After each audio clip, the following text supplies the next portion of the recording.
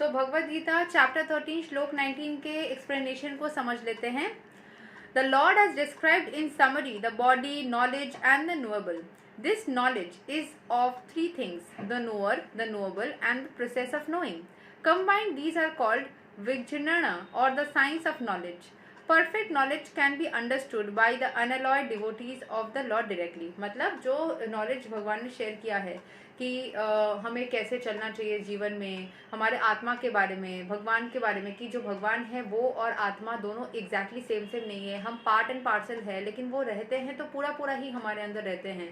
So that is the difference. जो है वो चीज़ भगवान के उस भक्तों को समझ में आएगा जो रियल में पूरी तरीके से खुद को भगवान के प्रति समर्पित कर देते हैं.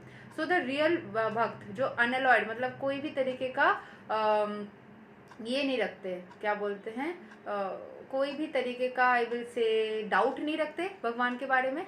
ठीक है. So the monists say that at the ultimate stage these three items become one, but the devotees do not accept this.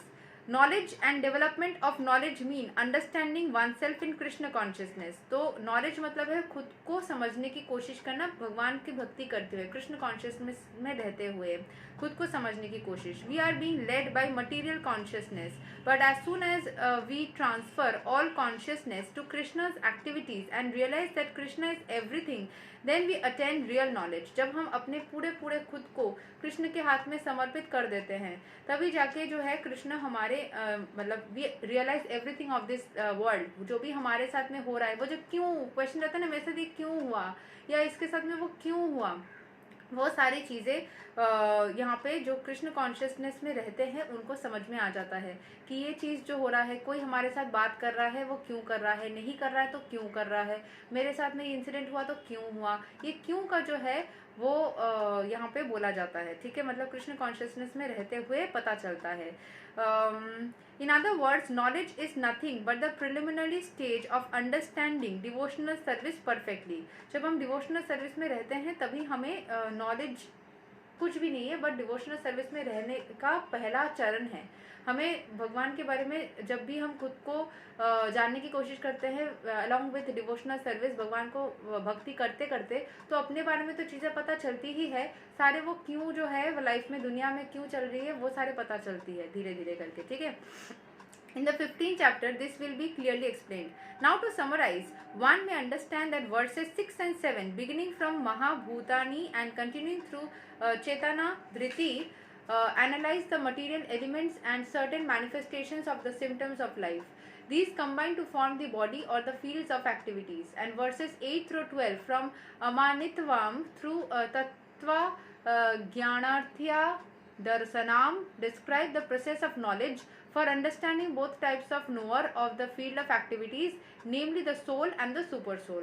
तो जैसे है हम यहाँ पे वही बोला जा रहा है कि हमारे जो मैनिफेस्टेशंस है, जो चीज़ें हम चाहते हैं, वो तभी हो पाता है जब हम भगवान की भक्ति करते हैं. जो किसी ने मुझे यहाँ पे पूछा कि आप वशीकरण यंत्र पहनते हो या कुछ ऐसा करते हो जिसके लोग अट्रैक्ट होते हैं, तो लोग अट्रैक्ट कृष्ण से भी होते हैं. वो क्यों होते हैं? वो जो शुद्धता होती है, जब भी हम खुद को कृष्ण कॉन्शियसनेस में डाल लेते हैं, हरे कृष्ण कृष्ण कृष्ण हरे हरे, हरे राम राम राम हरे हरे, ये मंत्र का चैंटिंग करते, इसके सिलेबस ऐसे बने हुए हैं कि आपके लाइफ में सारी समस्याएं तो दूर होती ही है एंड पॉजिटिविटी को आप अपने तरफ अट्रैक्ट भी कर सकते हैं.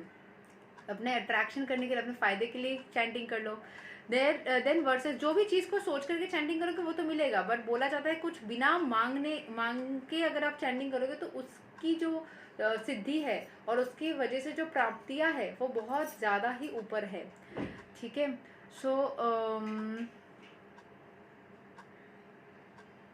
then verses 13 through 18 beginning from Anadi Mat Param and continuing through Riddhi Sarvasya Visthitam describe the soul and the super soul or the Supreme Lord. Thus three items have been described: the field of activity, the body, the process of understanding, and both the soul and the super soul. It is especially described here that only the unalloyed devotees, जो unalloyed मतलब without doubt रखने हुए जो devotees है भगवान के, they can understand these three items clearly.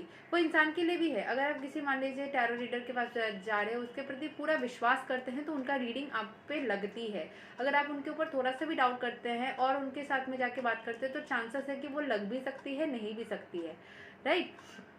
So it is especially described here that only the unalloyed devotees of the Lord can understand these three items clearly. So for the devotees, Bhagavad Gita is fully useful. It is they who can attain the supreme goal, the nature of the supreme Lord Krishna. In other words, only devotees and not others can understand Bhagavad Gita and derive the desired result. Bhagavad Gita पढ़ने से जो फल मिलता है वो भगवद गीता के प्रति जिनकी निष्ठा है और भगवान श्री कृष्ण के प्रति जिनकी समर्पण है वही सिर्फ समझ सकते हैं, राइट.